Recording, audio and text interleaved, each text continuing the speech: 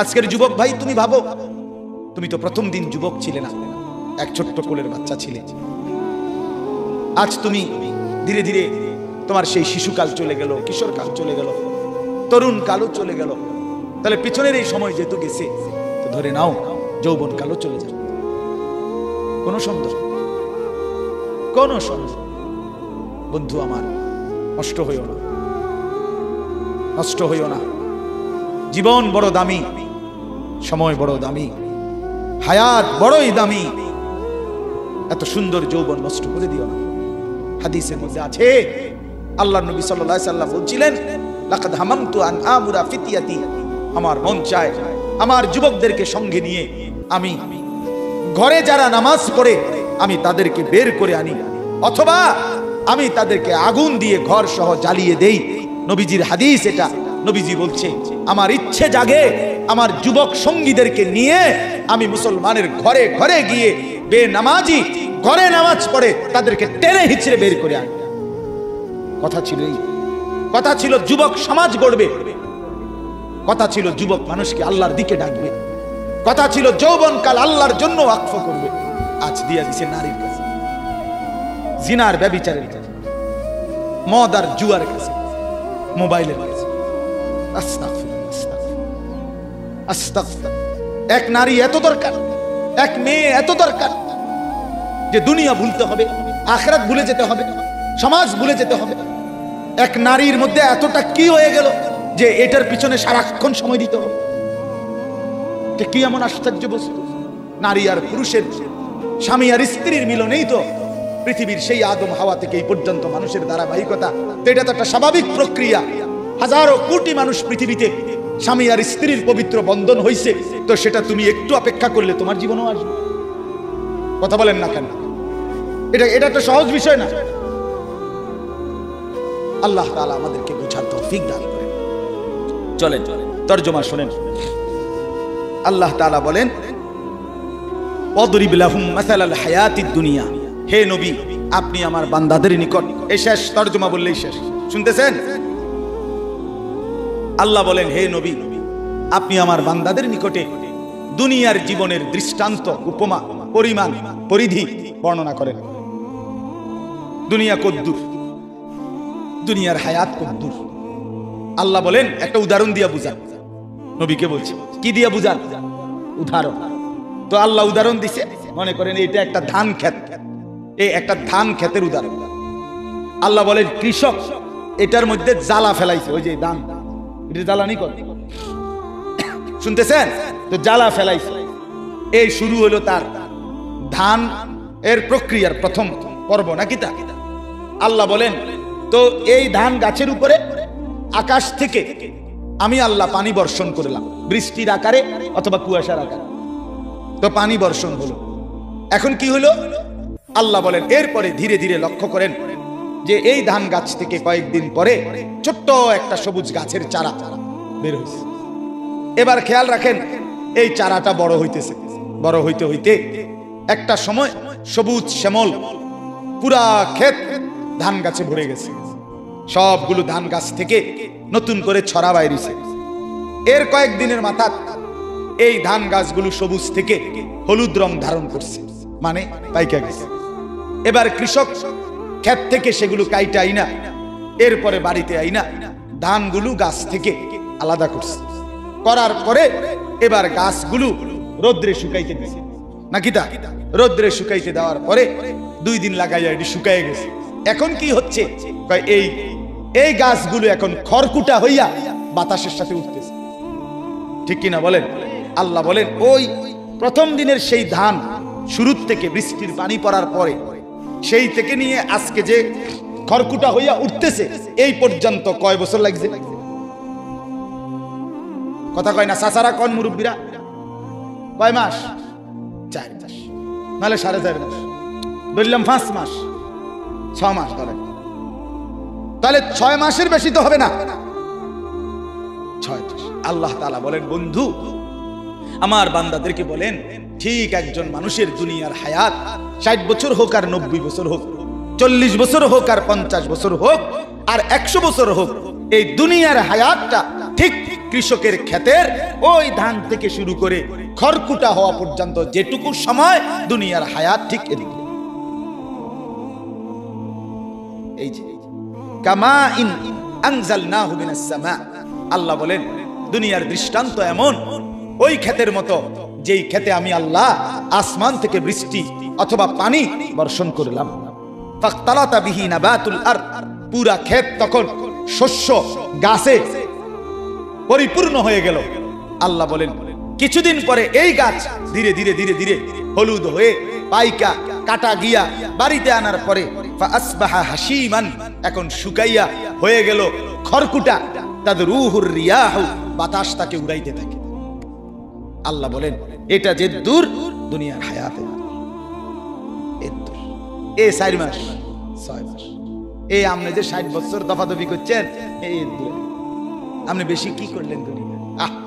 আপনি একটা হিসাব কর না, আপনার বয়স 60 বছর, 3 ফুট বিদেশ পাঠাইছেন, আপনিও নিজে মেহনত করছেন, তাইলে এই সব মিলাইয়া এখন আপনার দুনিয়া অর্জন হইছে কি তা চাই কদুর হুনি না? মানে কি হইছে মোট সংসারে?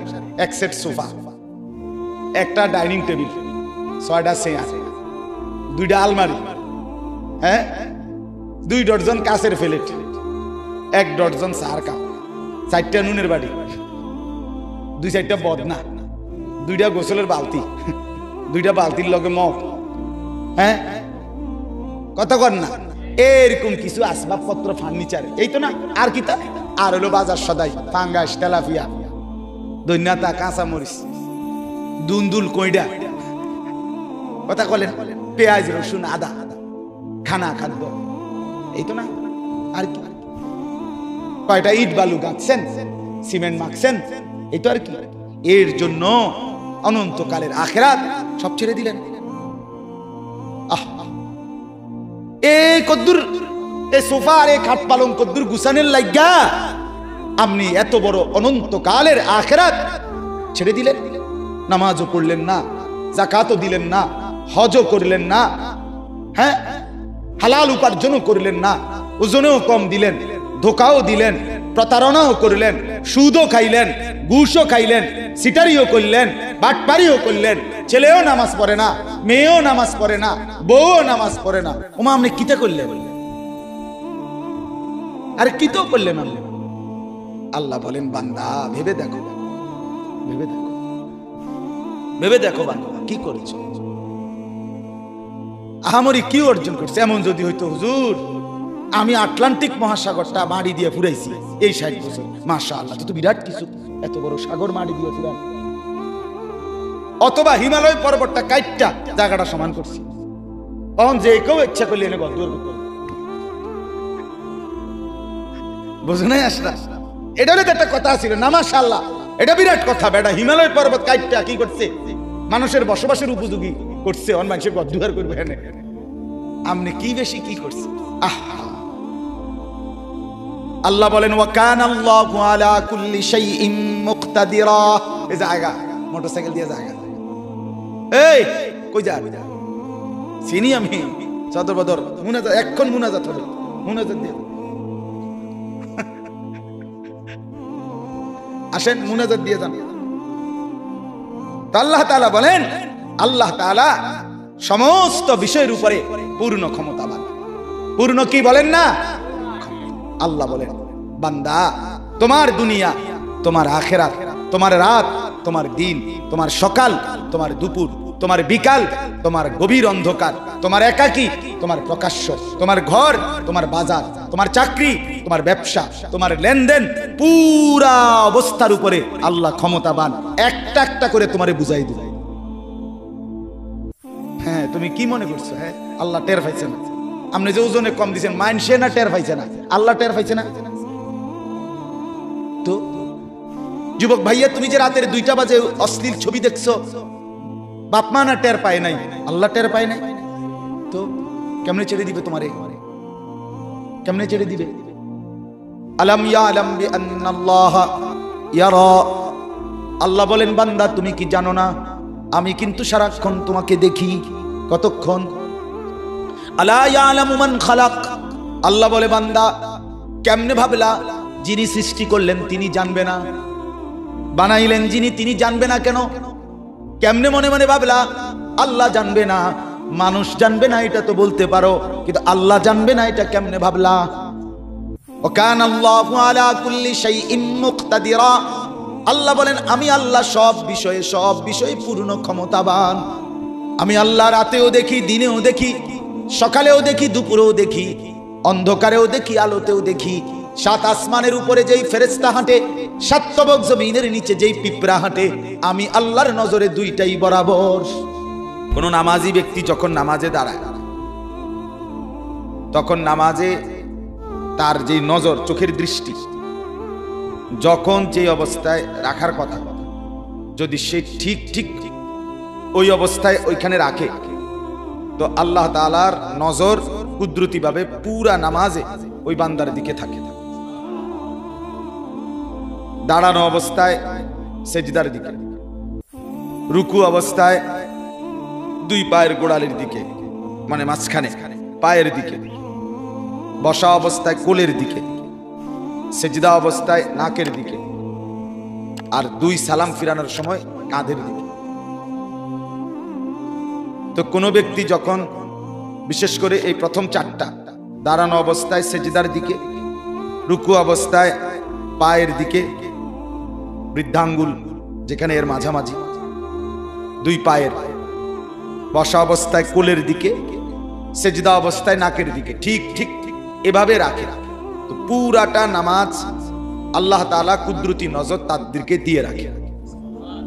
এখানে হাদিসে আছে, যদি এক মুহূর্তের জন্য কোনো বান্দা, এক মিনিটের জন্য, 10 সেকেন্ডের জন্য যদি সে তার নজর জায়গার থেকে সরায় এলা, মনে করেন দাঁড়ানো অবস্থায় নজর থাকার কথা কোন দিকে, কথা বলেন, তো এখান থেকে সে সরায় ফেলছে, নজর বেখেয়াল হয়ে গেছে। আল্লাহর নবী সাল্লাল্লাহু আলাইহি ওয়াসাল্লাম বলেন, সাথে সাথে শয়তান ছোঁ মেরে ওই ব্যক্তির নামাজকে নিজের দিকে টেনে নিয়েছে। শয়তান তখন নিয়ন্ত্রণে নিয়ে আনে, আল্লাহর থেকে ছুটে যায়। ইন্নামা হুয়া ইখতিলাসুন ইয়াখতালিসুহু শাইতানু মিন সালাতিল আবদ। এটা শয়তানের চুরি, শয়তান ডাকাতি করে ছিনিয়ে নিয়েছে। তাহলে বোঝা গেল নজর, মনোযোগ খুব গুরুত্বপূর্ণ। নামাজের মধ্যে মনোযোগ এদিক সেদিক হয়ে গেলে পুরা নামাজের বরকত নষ্ট হয়ে যায়।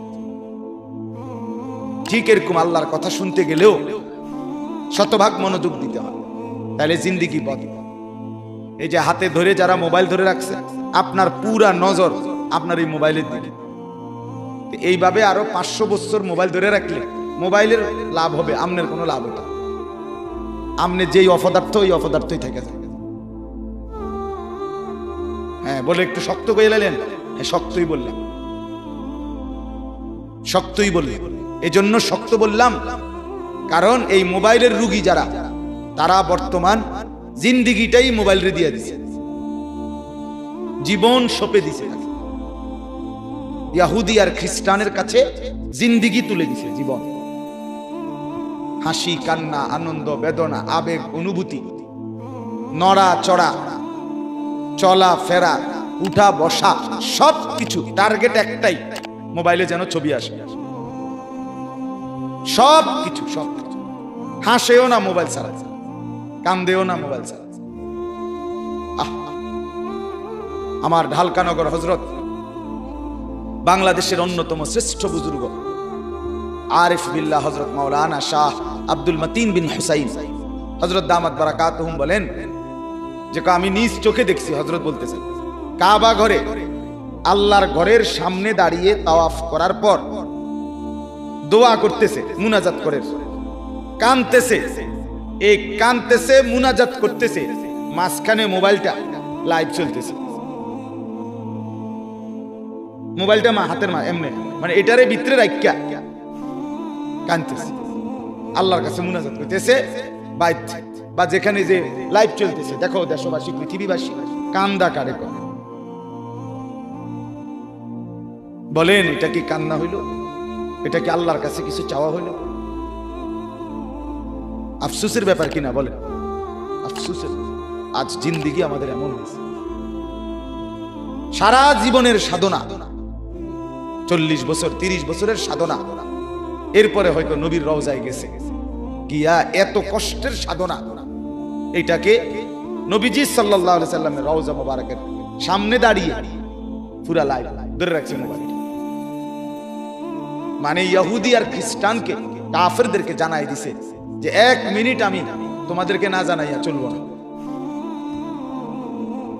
আমাদের ইন্টারনেটের, আমাদের এই বড় মোবাইলের সমস্ত নড়াচড়া কাফের বেঈমানের কাছে যায়।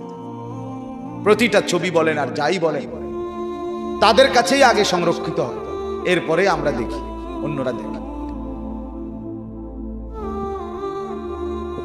এক স্ত্রী যদি আপন স্বামীর সাথেও একান্ত কথাবার্তা বলে তো সেটাও তাদের অফিস ভায়া হয়ে তারপরে কানে। এই জন্য বাপ খামখেয়ালি না, কথা তামাশা। আজ আমরা আমাদের জিন্দেগি তুলে দিছি মোবাইলের কাছে, জীবনটা, পুরাটা জীবন তুলে দিয়েছি আমরা তাদের হাতে, কাফেরদের হাতে। দুশমন এমন কৌশল পাচ্ছে যে কৌশলে মুসলমানের নড়া চড়া, উঠা বসা, ঘর বাহির ভেতর, গভীর রাত দিনের আলো, একাকী প্রকাশ্য গোপন 24 ঘন্টার হালাত, মুসলমানের অধপতন বাড়ছে না উন্নতি হচ্ছে তারা ঠিকই দেখতেছে। কারণ আমরা তো সবকিছু মোবাইলের মধ্যে দিতেছি। আমাদের টার্গেট হলো পৃথিবীর কেউ না জানা, মোবাইল জানা। আখেরাত কি হবে, পরকাল কি হবে, হাসরের ময়দান কি হবে? এজন্য দয়া করে এটা বুঝা উচিত। এর লেগে শক্ত কথা বলা। আজকে আমরা প্রত্যেকে, এটা তো প্রয়োজন হইতে পারে, ঠিক আছে, প্রয়োজন, বড় মোবাইলের জরুরত আছে, অনেক কাজে লাগে, ঠিক আছে, সেটা কাজের জন্যই লাগানো হোক, যখন যেই প্রয়োজনটুকু সেই প্রয়োজনেই ব্যবহার হোক।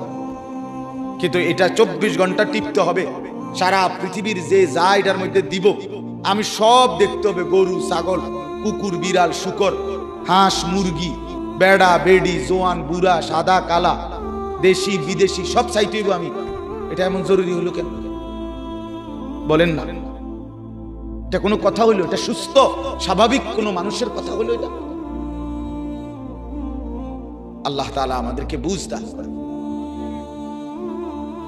এজন্য বললাম দয়া করে প্রত্যেকে 2টা আয়াত মাত্র আমি আপনাদের সামনে পড়ছি, মনোযোগ দিয়ে শুনে, অল্প একটু কথা। 15 নম্বর পারা 18 নম্বর সূরা, কোরআনুল কারীমের সূরা কাহাফ, এই সূরাটার নাম। এই সূরার 2টি আয়াত 45-46, এই 2টি আয়াত আপনাদের মাঝে আমি তেলাওয়াত করেছি। সূরা কাহাফ, সূরাটার নাম কি বলেন তো? আবার বলেন, আবার বলেন। এটা গুরুত্বপূর্ণ একটা সূরা। কোরআনুল কারীমের সব সূরাই দামি, পুরা কোরআনই দামি। এই সূরার খুব ফজিলত, সীমাহীন ফজিলত। আমাদের প্রিয় নবী সাল্লাল্লাহু আলাইহি ওয়াসাল্লাম তিনি বলেন, যে ব্যক্তি এই সূরা কাহাফ এর প্রথম 10 আয়াত এবং শেষের 10 আয়াত নিয়মিত পড়বে, আল্লাহ তাআলা তাকে দাজ্জালের ফিতনা থেকে বাঁচিয়ে দেবে। ওসিমা মিন ফিতনাতিদ দাজ্জাল। 2 নাম্বার হলো এই সূরা কাহাফ শুক্রবার দিন, জুমার দিন, এই যে আজকে যেই দিন গেল, শুক্রবার দিন যদি কোনো ব্যক্তি পড়ে তো নবী সাল্লাল্লাহু আলাইহি সাল্লাম বলেন আল্লাহ তাআলা তাকে 3টা মর্যাদা দান করেন। কিবারে পড়লে, কি সূরা পড়লে? সূরা কাহাফ। 1 নাম্বার, আল্লাহ নবী সাল্লাল্লাহু আলাইহি ওয়াসাল্লাম বলেন এই সূরা যে ব্যক্তি শুক্রবার দিন পড়বে তো তার জমিন থেকে আসমান পর্যন্ত পুরাটা জায়গা আল্লাহ তাআলা তার জন্য নূর আলোকিত করে দিবে। আওয়া আলাহু নূর, আলোকিত করে দিবে। এবং এই আলো কিয়ামতের দিন অন্ধকার ফুলসিরাত পার হওয়ার সময় তাকে আলো দান। 2 নাম্বার, যে ব্যক্তি সূরা কাহাফ নিয়মিত তেলাওয়াত করবে, আল্লাহ নবী সাল্লাল্লাহু আলাইহি সাল্লাম বলে প্রতি জুমার দিন তো পরবর্তী শুক্রবার পর্যন্ত 8 দিন, শুক্র কত? এই 8 দিন যাবতীয় ফিতনা মুসিবত পেরেশানি থেকে আল্লাহ তাআলা তাকে নিরাপদ রাখবেন। 3 নাম্বার, আগামী 8 দিন, এই 8 দিনের ভিতরে যদি দাজ্জাল বের হয়, আল্লাহ তাআলা এই সূরা তেলাওয়াতের বরকতে তাকে আল্লাহ দাজ্জাল থেকে রক্ষা করবে। তাহলে পুরা সূরা পড়লেও দাজ্জাল থেকে বাঁচা যাবে। আবার প্রথম 10 আয়াত এবং শেষ 10 আয়াত পড়লেও দাজ্জাল থেকে বাঁচা যাবে। দাজ্জাল কি? দাজ্জাল মুমিনের ঈমান পরীক্ষার জন্য আল্লাহ তাআলা আখিরি জামানায় একজন ব্যক্তিকে প্রকাশ করবেন, যে হবে যুবক। নবীজি বলছেন যে হবে এলোমেলো চুলওয়ালা, এই এখন যে সেলুন কাটিং চুল কাটে যেগুলো, এদের চুল। এই যে জন্তু জানোয়ারের চুল যেগুলো কাটে, হাইওয়ানের চুল, বন্য প্রাণী, আফ্রিকার জঙ্গলি, এগুলো কোনো সভ্য সুস্থ স্বাভাবিক কোনো মানুষের চুল না।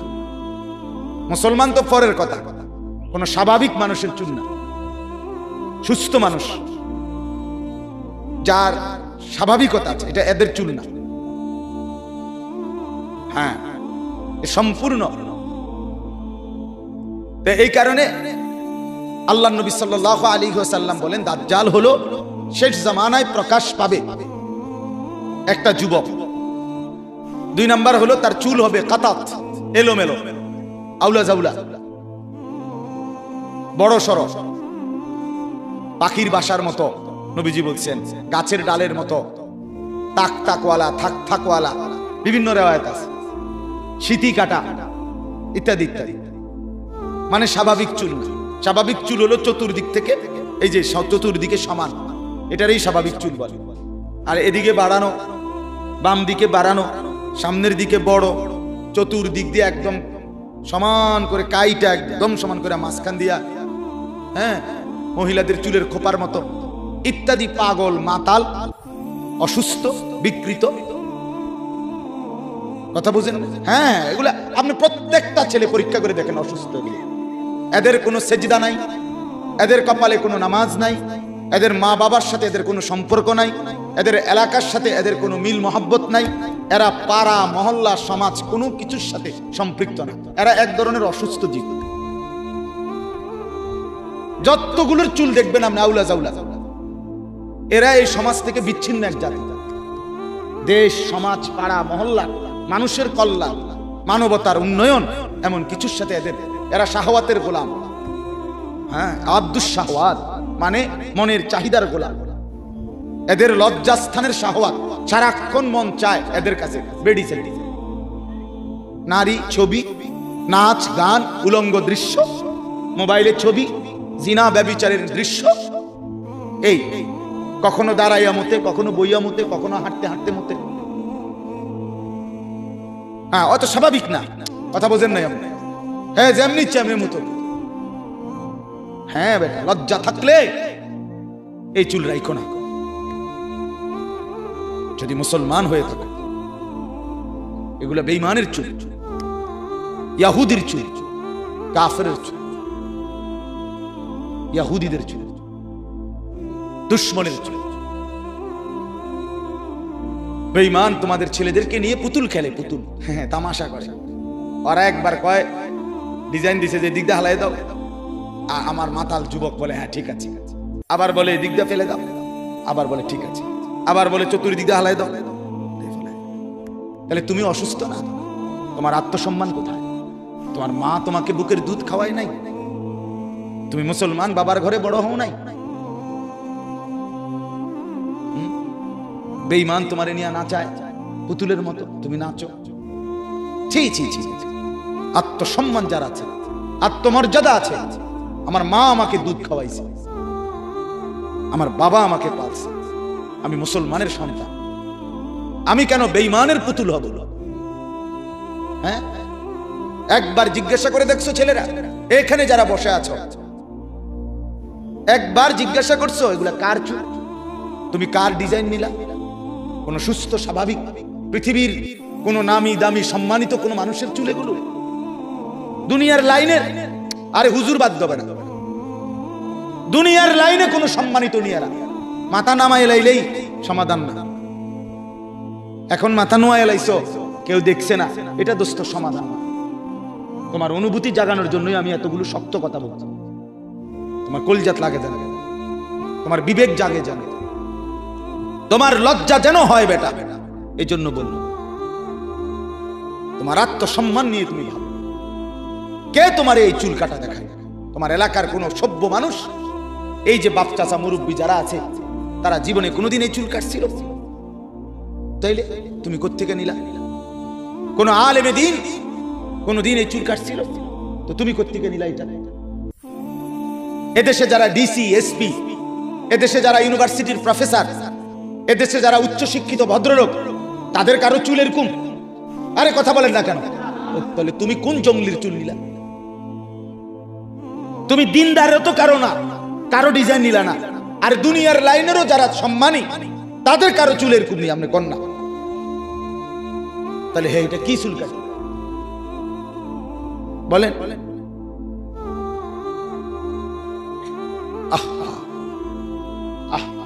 হ্যাঁ, এমন খেলোয়াড়ের চুল কাটছে, খেলোয়াড়ে দুইটা বাচ্চা লইয়া এরপরে বেডিরে বিয়ে করছে। হ্যাঁ, না, আগে বাচ্চা হয়েছে দুইজন, এরপরে কয় আমি হেবড়িরে বিয়ে করি। ঘোড়ায় চড়িয়া মর্দ হাঁটিয়া চলিল, কিছুক্ষণ পরে মর্দ রওনা করিল। এটা আমরা ছোটবেলায় পড়ছি, মানে অবাস্তব কথা, অযৌক্তিক কথার উদাহরণ আছে যে ঘোড়ায় চড়িয়া মর্দ মানে পুরুষ, হাঁটিয়া চলিল। সে বলতেছে কবিতা যে ঘোড়ায় চড়িয়া মর্দ হাঁটিয়া চলিল। ওমা কিও কয়, ঘোড়ায় চললে হাঁটিয়া চলে কেমনে? হাঁটিয়া চললে ঘোড়ায় চড়ে কেমনে? বুঝেন নাই কথা? এরপরে কইতেছে কিছুক্ষণ পরে মর্দ রওনা করিল। লোকটা কিছুক্ষণ পরে কি করছে? রওনা করছে। তো এতক্ষণ কি চড়ছে? এতক্ষণ যে বললেন ঘোড়ায় চড়ছে, এতক্ষণ যে বললেন হাঁটিয়া চলছে, গীতা পরে যদি রওনা করে তো আগে কিটছে। এটা মানে এটা একেবারে অবাস্তব কথা কিনা, অযৌক্তিক কথা, হাস্যকর বিষয়। এজন্য আপনি নাম বলাতে কইলাম যে ছেলেরা বাপ আখলাক শেখো, জিন্দেগি শেখো, নিজেকে মানুষ বানাও, নিজের ভালো করো, নিজের ভালো করো। মানুষ এত মাতাল হয় না, মুসলমান এত মাতাল হয় না। হ্যাঁ, ইহুদিরা আমাদেরকে সাজায় দেয়, আমাদের যুবকরা সাজায়, অথচ সেই বেঈমানরা মুসলমানকে বলছে 24 ঘন্টার ভিতরে মুসলমানের মাতৃভূমি, মুসলমানের পৈতৃক ভূমি গাজা, ফিলিস্তিন, এটা মুসলমানের পৈতৃক ভূমি। ওরা জারজ, ওরা অবৈধ রাষ্ট্র। ইসরায়েল কোনোভাবে কোনো বৈধ রাষ্ট্র নয়। বেঈমান সে বলছে মুসলমানদেরকে যে 24 ঘন্টার ভিতরে মুসলমানের এরিয়া ছেড়ে দিতে। শুনছেন? আছে আজকের ঘোষণা। কত বড় ডাকাত, কত বড় ডাকাত! আহা, আজকে মিয়া ছেলেরা কাফেরের মতো চুল রাখো, কাফেরের গেঞ্জি গায়ে দাও, কাফেরের মতো শরীর সাজাও, লজ্জা থাকা উচিত বেটা। ওরা আমাদেরকে 2 পয়সার মূল্য দেয় না, 2 পয়সার মূল্য দেয় না। টাকা তোমার, এমবি তোমার, পয়সা তোমার, মোবাইল তোমার, রাত কাটে তোমার, সময় যায় তোমার, লাভবান হয় বেঈমান। তোমার এমবি যে খরচ করো, নারী দেখো, নর্তকী দেখো, উলঙ্গ ছবি দেখো, আরে বেটা তোর বাপের নি লাভ হয় টাকাগুলো, না বেঈমানের লাভ হয়?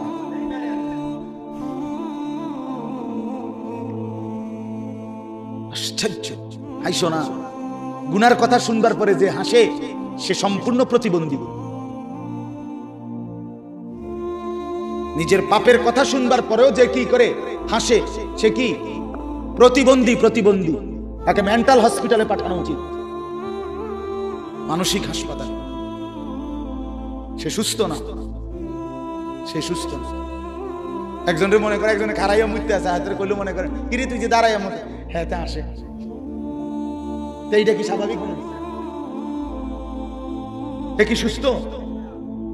এ তো প্রতিবন্ধী, এ তো মানসিক সমস্যা। এই জন্য বাপ কলিজা ছেড়ে যাচ্ছে ফিলিস্তিনের শত শত মুসলমান, তাজা খুন ঝরতেছে মুসলমানের এলাকায়। ফিলিস্তিন এবং ইসরায়েলের পুরো সীমানা এটা মুসলমানদের। ওরা সম্পূর্ণ অবৈধভাবে এই হাউজিং কোম্পানির মতো মাল্টিপারপাস কোম্পানি অথবা হাউজিং কোম্পানি যেরকম জায়গা কিনে, কথার কথা একখান দিয়া এরকম জায়গা কিনছিল, এই কিনা জায়গার উপরে ব্যারিকেড দিয়া কাঁটা তারের বেড়া দিয়া, ওইটা আমাদের দেশ। এরকম একটি দেশ আজকে ৭৫ বছর টানা, সেই ১৯৪৮ সনে ইসরায়েল রাষ্ট্র ঘোষণা করছে। মুসলমানের কলজা কাইটা, মুসলমানের সীমানা কাইটা আজকে ৭৫ বছর। আপনি মোবাইল দিয়ে হিসাব করে দেখেন, ৭৫ বছর টানা এই বেঈমানরা মুসলমানের রক্ত ঝরাইতেছে। ৭৫ বছর টানা। আমি যদি নাও খাইতে পাই, আমাদের যদি ভিটামাটিও না থাকে, তারপরেও আমরা কেন মুসলমান হয়ে বেঈমানের মতো লেবাস, পোশাক, চুল, চেহারা বানাবো কেন? কোন লজ্জা? ওরা আমাদেরকে কি দিছে মিয়া? বলো বলো ছেলেরা, তোমাদের এই বিকৃত চুল রাখার পরে কোন ফুটবল খেলোয়াড়, ক্রিকেট খেলোয়াড় তোমার 2টা পয়সা কোনোদিন দিছিনি? কোনোদিন? তো তুমি কিত্তা গিয়া তারে অনুসরণ করিলা? তোমারে 2 পয়সার বন খাবাইছিনি কোনোদিন? তুমি কি পাইলা? আমারে কও, কি পাইলা? সমাজ তোমারে ভালো মনে করে। এই বিশ্রী চুলওয়ালা ছেলে, তোমরা বলো, একটা ছেলে বলো যে আমারে যেই দেখে সেই আদর করে, সেই আমারে কাছে টানে, সেই আমারে মহব্বত করে, খোঁজ খবর নেয়, এরকম একটা ছেলে দাঁড়ায় বল আমি নেমে যাবো বেড়া। তোকে ঘৃণা করে সমাজ। তোর চুল দেখে ভয়ে কিছু বলে না, যে না দেখতে মনে হয় বখাটে, কি দরিয়ালায় না হতে এলায় কম জানা মাতিস না, যা চলু খেতে এতের মতো পয়সা দিয়ে ফিট তার কোয়ারে চলুকতে তার মতো, ঠিকই না বলেন না? এটা তো বদনসিব, এটা তো বদনসিব বাবা। যাকে বাবা আগলাইয়া রাখে না, যাকে মা আগলাইয়া রাখে না, যারে মুরব্বীরা কাছে টেনে নেয় না, ছেড়ে দিছে তারে তার হাতে, এটা তার জন্য মন্দ না? কথা বলেন না কেন? কেউ যদি সংশোধন না করে, কেউ যদি আগলাইয়া না রাখে, তো মানুষ সভ্য, ভদ্র, সুন্দর, উত্তম আখলাকওয়ালা কিভাবে হবে? কেমনে হবে? এটা কি ছাগলের ছাও? এটা কি গাভীর বাচ্চা? তো মানুষের বাচ্চা। মানুষের বাচ্চা তরবিয়ত লাগে, আখলাক শিখাইতে হবে। নবীজি বলছেন সাল্লাল্লাহু আলাইহি ওয়াসাল্লাম, মুরু আওলাদাকুম বিসসালাহ আহুম আবনাউস সাবঈন। তোমাদের সন্তানের বয়স যখন 7 বছর, তখন তোমরা তোমাদের সন্তানদেরকে নামাজের আদেশ করো। তাহলে বাপ মাকে বলছে তোমরা নামাজের কথা বলো, তাহলে মা বাপের দায়িত্ব সন্তানকে নামাজ শিখানো। তাহলে কেউ না কেউ তাকে শিখাইতে হয় কিনা বলেন? এই বাচ্চাগুলো যে এখন জানাজার নামাজের এই সুন্দর প্রদর্শনী দেখাইলো, এরা মাটির তলের থেকে এটা শিখছে কেন? এটা কেউ শিখায় নাই তাকে। ওস্তাদের অনেক আপনার সময় লাগছে 20 মিনিট, কিন্তু ওস্তাদ শিখাইতে লাগছে 20 মিনিট না? কি মনে হয়? বহু দিনের মেহনত, বারবার বারবার দোহরাইছে, বারবার ভুল করছে, বারবার ঠিক করে আজকের এই দিনটার জন্য বাচ্চাকে প্রস্তুত করছে। তাইলে জিন্দেগি গড়তে হয় ছেলেরা, জীবন সাজাইতে হয়, কাউকে দেখতে হয়, কারো কাছ থেকে শিখতে হয় জীবন। তোমরা ছেড়ে দিছো নিজের হাতে নিজেরে, মনে করছো তোমার ফুর্তি, এ বেটকাও, হাসো, রাস্তা রাস্তায় টুঁটো করো, মেয়ের পিছনে ঘুরে, এক মেয়ে হাঁটে, পিছন দিয়ে 4 জনে হাঁটে, এ একটা টিটকারি কথা কয়, বাকিরা খিলখিল করে হাসে। বাহ বাহ, মনে হয় যেন অর্থাৎ এই মাত্র পাবনার থেকে বাস এখানে নামাই দিছে। বুঝেন না কথা? পাবনার তারে রাখছে না, না রেখে এনে নামাই দিছে। আস্তাগফিরুল্লাহ, আস্তাগফিরুল্লাহ।